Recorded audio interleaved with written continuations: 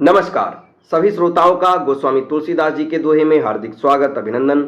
आज की इस वीडियो में तुलसीदास जी का एक दोहा और उसकी व्याख्या। ये दोहा हिंदी साहित्य की नीति परक परंपरा का एक बहुत ही सुंदर और मर्म स्पर्शी उदाहरण है। ये जीवन के विरोधाभासों और नियति के खेल को स्पष्ट करता है।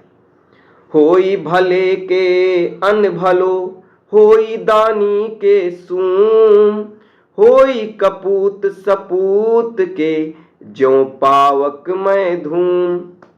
इस दोहे में कवि ने संसार की विचित्र विडंबनाओं को दर्शाया है। वह ये समझाने का प्रयास कर रहा है कि यह संसार द्वैत मतलब विरोधाभासों से भरा हुआ है और कभी कभी परिस्थितियां बिल्कुल विपरीत हो जाती हैं।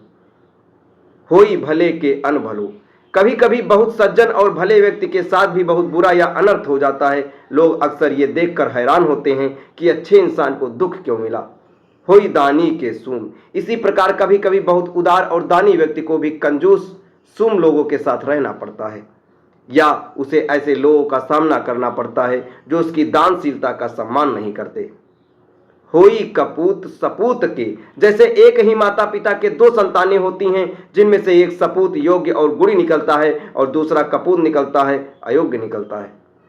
ज्यों पावक में धूम, कवि ने इस समझाने के लिए अग्नि, पावक और धुएं धूम का उदाहरण दिया है। आग का स्वभाव प्रकाश देना और पवित्र करना है, लेकिन उसी आग में हमेशा धुआं भी निकलता है जो आंखों में जलन पैदा करता है और चीजों को काला कर देता है। इस दोहे का सार यह है कि गुण के साथ दोष का अस्तित्व संसार का नियम है। इस तरह आग से धुआं अलग नहीं हो सकता, उसी तरह भले ही और भले के साथ बुरा, दानी के साथ कंजूस और सपूत के साथ कपूत का दौर होना प्रकृति का एक अटूट क्रम है। हमें इन विरोधाभासों को स्वीकार करना चाहिए और विचलित हुए बिना अपने मार्ग पर चलते रहना चाहिए, क्योंकि ये संसार ऐसे ही चलता है। जहाँ पाप रहता है वहाँ पुण्य रहता है, जहाँ अच्छे कर्म रहते हैं जहाँ बुरे कर्म रहते हैं, जहाँ अच्छे लोग रहते हैं वहाँ बुरे लोग भी रहते हैं। अच्छाइयाँ और बुराइयाँ ये संसार का नियम है, ये कभी नहीं बदल सकता।